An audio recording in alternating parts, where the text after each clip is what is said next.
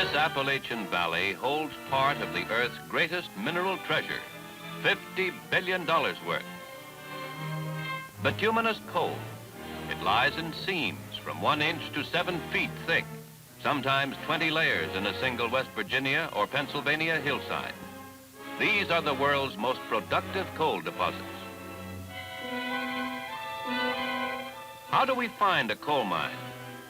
We drill through the rock to test, and if the core promises a rich enough yield, we'll build a coal mine here, hollow out an underground city. We'll tap the earth for black power. We've mined here for centuries, dug 20 billion tons. Before we're through, the experts say, we'll dig 1,000 billion more. There'll be a coal mine here, and there'll be miners, men who move mountains, men who don't mind if their clothes and bodies are black and grimy, just so long as they get out coal.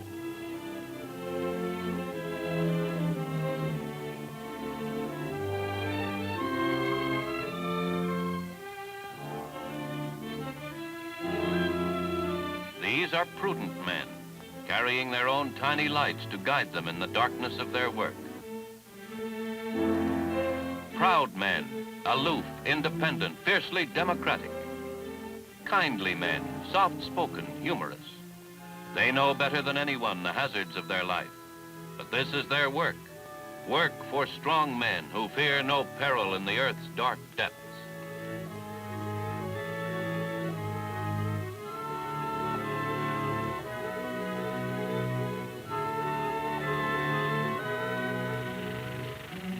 This is a coal mine.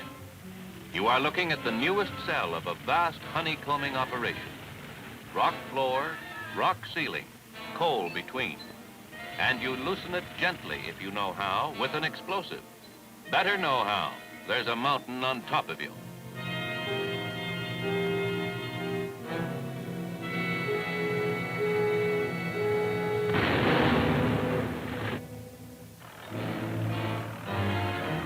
Now the jaws of a 20th century steel dinosaur eat into the fallen coal and fill a 5-ton mine car in 30 seconds. It's part of the modern miracle of mechanized mining, typical of American industrial ability. With 300,000 fewer miners than we had in 1917, we get out more coal than ever.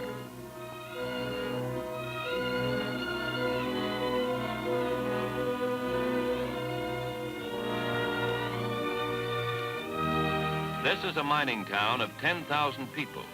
It is the center of operations for 10 mines.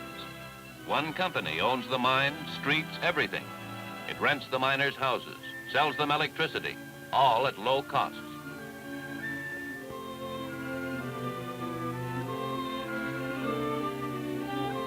If you're a married woman in a mining town, you'll do your work while your man digs coal. You may have room for a little gardening. You'll almost certainly raise the most usual crop, babies, and later on send them to schools often provided by the mine companies.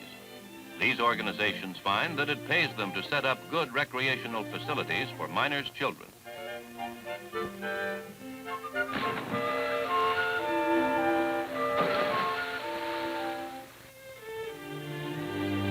Quite naturally, there's another side to the picture.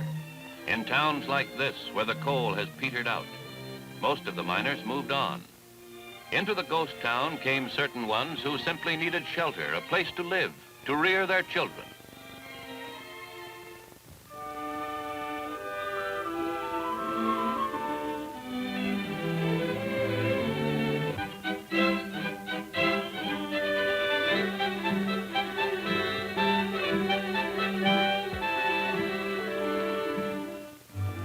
Small business here, if any. One man and one horse haul another ton out of the mountain. One eye is for daylight and one for the dark. Both man and beast know their job, know every foot of that hole where they fit snugly between floor and ceiling. Sometimes a little operation like this will make a man a fair living. More often not. Nevertheless, individual coal miners run hundreds of America's 8,000 mines.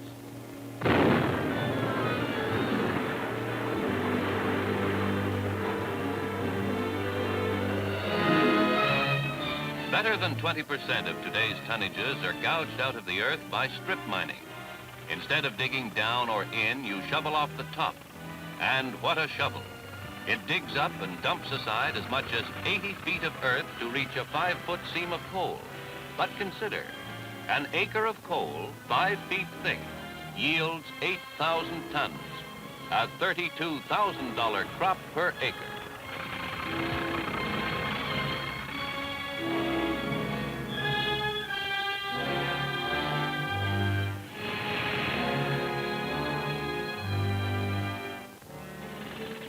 A street sweeper belongs on a street. Well, this is a street, flat, black, dusty, and 100 million years old. Coal is the railroad's heaviest tonnage, and the railroads are still one of coal's biggest customers. But economy dictates that this mighty bulk also ride by water. Here on the Great Lakes, coal begins a lake-borne voyage, west to the central states, east to Canadian ports. No shoveling, no laborious handling here. Giant machines tip cars as if they were children's toys. No expensive delays. The trains can hurry back for new loads.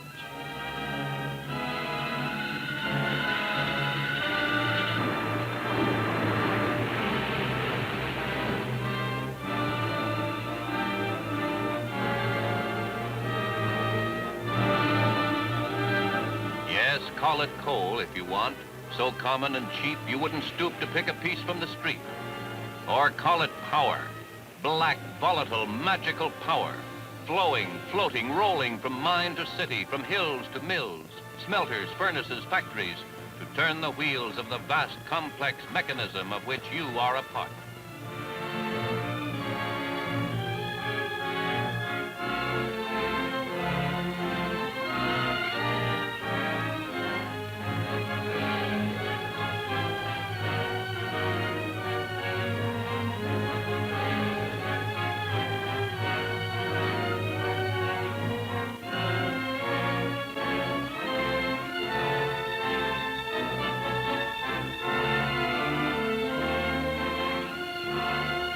Millions of tons each year go to steel mills like this one, where 1,500 furnaces turn coal into coke, a prime ingredient in steel making. Here the coal doesn't burn, it bakes, 18 hours at 2,000 degrees.